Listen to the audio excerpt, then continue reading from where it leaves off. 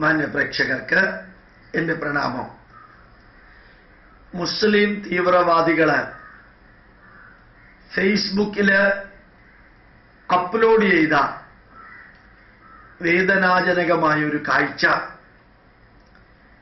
പല തരത്തിലുള്ള കാഴ്ചകൾ ഫേസ്ബുക്കിലും യൂട്യൂബിലും കാണുമ്പോൾ ഇതും കാണാനൊരു ദൗർഭാഗ്യമുണ്ടായി. ഇതിൽ കുറേ പേരെ ഇങ്ങനെ നിരത്തി ഇരുത്തിയിരിക്കുന്നു. അവര് മുഖം മൂടിയിട്ടിട്ടുണ്ട്. അവരെ കൈകാര്യം ചെയ്യുന്ന തീവ്രവാദികളും അല്ലാഹുവിന്റെയും പ്രവാചകന്റെയും പേരില് ശാന്തിയുടെയും സമാധാനത്തിന്റെയും മതമായ ഇസ്ലാം മതത്തിലും മാത്രം കാണുന്ന തീവ്രവാദം, ഇസ്ലാം മതത്തിലും മാത്രം കാണുന്ന തീവ്രവാദം നടപ്പാക്കുന്നവര് ഇത്രയും പേരെ കൈകെട്ടിയിരുത്തി ആദ്യം ചൂരലുകൊണ്ട് അടിക്കുക, ഓരോരുത്തനെ 10, 20, 30 പ്രാവശ്യം. എന്നിട്ട് ഇത്രയും വലിയ ഉരുളൻ തടി കൊണ്ടടിക്കുക ഓരോ നമ്പർ. അത് കഴിഞ്ഞ് ചാട്ടവാറുകൊണ്ട് തലങ്ങും വിലങ്ങും അടിക്കുക, ജീവൻ പോകുന്നത് വരെ. അത് കഴിഞ്ഞ് കഴുത്തറക്കാം. ചിലപ്പോ തോന്നിപ്പോകുന്നു, ആദ്യം കഴുത്തറത്തിരുന്നുവെങ്കിൽ ഇടയ്ക്കുള്ള വേദന ഒഴിവാക്കാമായിരുന്നു എന്ന് ഞാൻ വെറുതെ ഇങ്ങനെ ആലോചിച്ചു.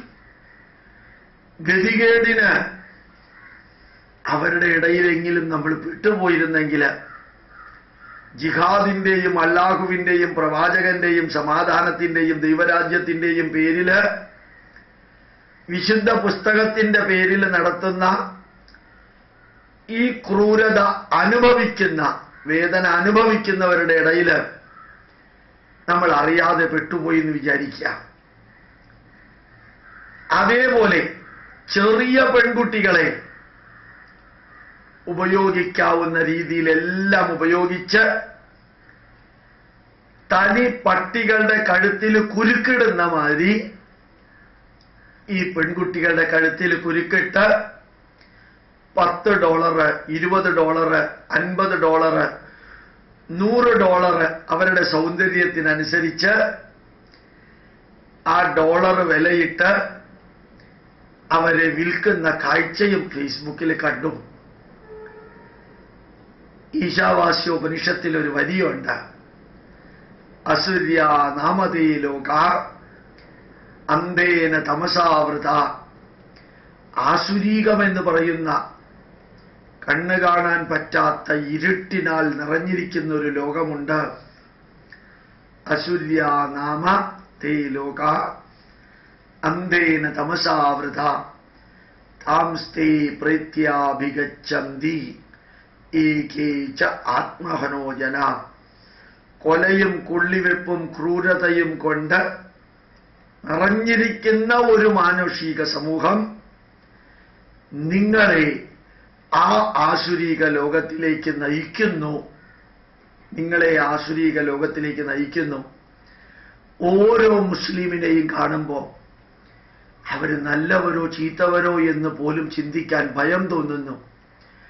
ആ പേര് കേൾക്കുമ്പോൾ പോലും ഓർമ്മ വരുന്നത് പലർക്കും ഇപ്പോൾ ISIയുടെ ക്രൂരതയാണ്. നല്ലവരെന്ന് പറയുന്ന മുസ്ലിങ്ങള് ആരാധിക്കുന്ന അല്ലാഹുവിന്റെയും ആരാധിക്കുന്ന പ്രവാചകന്റെയും ആരാധിക്കുന്ന ഖുർആന്റെയും ആരാധിക്കുന്ന മക്കയുടെയും അനുയായികൾ ലോകത്തിൽ എവിടെയെല്ലാം ഉണ്ടോ അവിടെ എല്ലാം തീവ്രവാദവും ഉണ്ട് എന്നുള്ളത് ശാന്തിയുടെയും സമാധാനത്തിന്റെയും മതമാണ്. ലോകത്തിന്റെ നിലനിൽപ്പിന് ഇത് ആവശ്യമാണ് എന്ന് പറഞ്ഞ് മുറവിളി കൂട്ടുന്ന മുസ്ലിം യുവാക്കളും ഇതറിയണം. പലപ്പോഴും റോട്ടിലൂടെ, ഇന്നലെയും മിനിഞ്ഞാന്നൊക്കെ ഞങ്ങൾ പാലക്കാട് ഒറ്റപ്പാലത്തായിരുന്നു പ്രഭാഷണം, റോട്ടിൽ വണ്ടി കയറ്റി നിർത്തി വണ്ടി ഓഫ് ചെയ്ത് പോകുന്നവന്റെ ആ വണ്ടിക്കകത്ത് നോക്കിയാൽ ഇസ്ലാമിന്റെ ചിഹ്നമാണെന്ന് പോലും കാണാൻ സാധിക്കും. ഏത് രാജ്യത്തിലും നിയമം ലംഘിച്ചുകൊണ്ട് തോന്നിയ പോലെ ജീവിക്കുന്ന ഒരു വിഭാഗത്തിന്റെ പ്രതിനിധികൾ ആയി മാറിയിരിക്കുന്നു ഇസ്ലാം യുവാക്കളും ഇസ്ലാം ജനതയും. നല്ലവരും അതിനകത്തുണ്ടെങ്കിൽ, സമാധാനപ്രിയരുണ്ടെങ്കിൽ അവരെന്തേ ശബ്ദിക്കുന്നില്ല? ഈ സക്കീർ നായിക്കിനും ഈ തീവ്രവാദികൾക്കും എതിരെ ഒരക്ഷരം പോലും ഈ കേരളത്തിലെ ബുദ്ധിജീവികൾ എന്നറിയപ്പെടുന്ന കുറെ സ്ത്രീകളും പുതിയ പുതിയ അവതാരങ്ങൾ വന്നിട്ടുണ്ട്.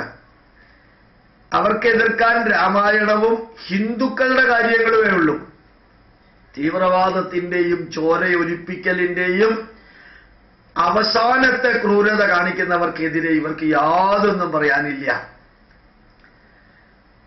ആ ഫേസ്ബുക്കിൽ കണ്ട ക്രൂരമായി മനുഷ്യനോടും അതിലും ക്രൂരമായി പാവപ്പെട്ട പെൺകുട്ടികളോടും കാണിക്കുന്ന കാഴ്ച കണ്ടപ്പോ ഈ ലോകത്തിന്റെ ശാപമായി ഒരു മതം മാറുന്നു എന്ന് അത്ഭുതം തോന്നുന്നു. പ്രണാമം, നമസ്കാരം.